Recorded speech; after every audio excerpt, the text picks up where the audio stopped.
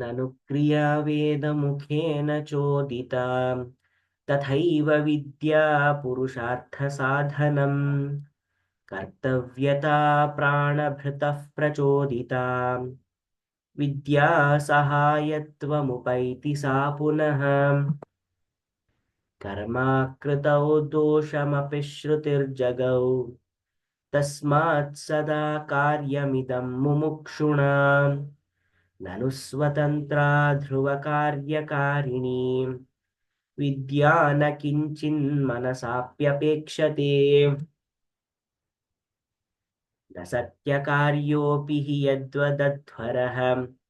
प्रकाङ्क्षते ज्ञानपि कारकादिकान् तथैव विद्या विधितः प्रकाशितैः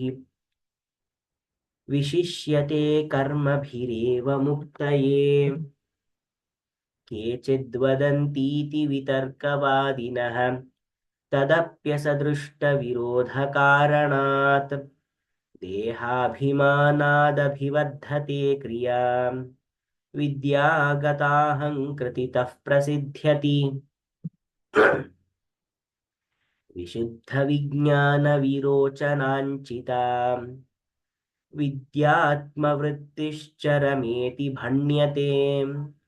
उदेति कर्माखिलकारकादिभिः निहन्ति विद्याखिलकारकादिकम् तस्मात् त्यजेत् कार्यमशेषतः सुधीः विद्याविरोधान्न समुच्चयो भवेत् आत्मानुसन्धानपरायणः सदा निवृत्तसर्वेन्द्रियवृत्तिगोचरः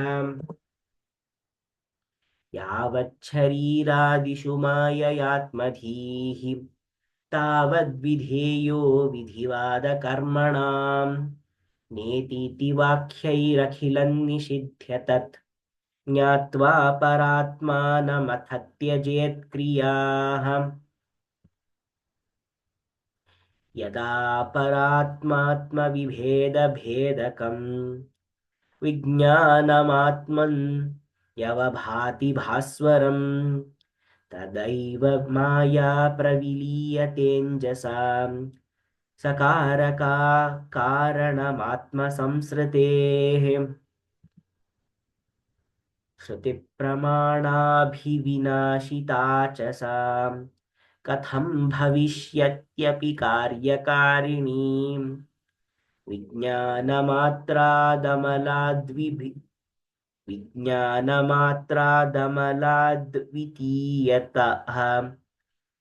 विज्ञानमात्रादमलाद्वितीयतः तस्मादविद्या न पुनर्भविष्यति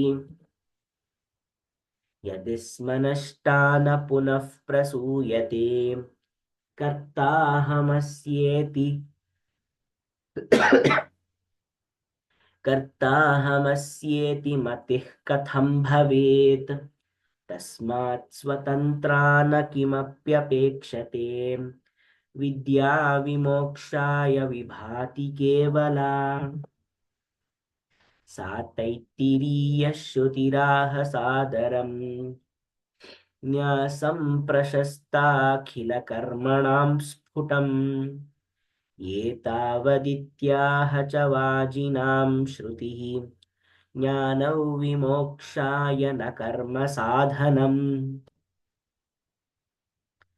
विद्यासमत्वेन तु दर्शितस्त्वया क्रतुर्न दृष्टान्त उदाहृतः समः फलैः पृथक्त्वाद् बहुकारकैः क्रतुः संसाध्यते ज्ञानमतो विपर्ययम् सप्रत्यवायो ह्यहमित्यनात्मधीः अज्ञप्रसिद्धा न तु तत्त्वदर्शिनः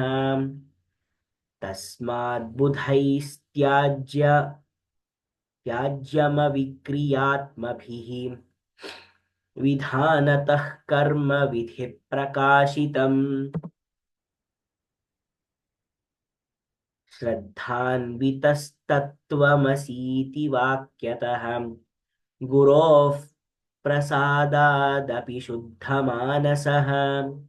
विज्ञाय चैकात्म्यमथात्मजीवयोः सुखी भवेन्मेरुरिवाप्रकम्पनः।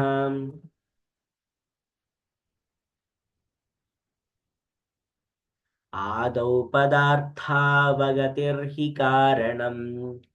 वाक्यार्थविज्ञानविधौ विधानतः तत्त्वं पदार्थौ परमात्मजीवकौ असीति चैकात्म्यमथानयोर्भवेत्।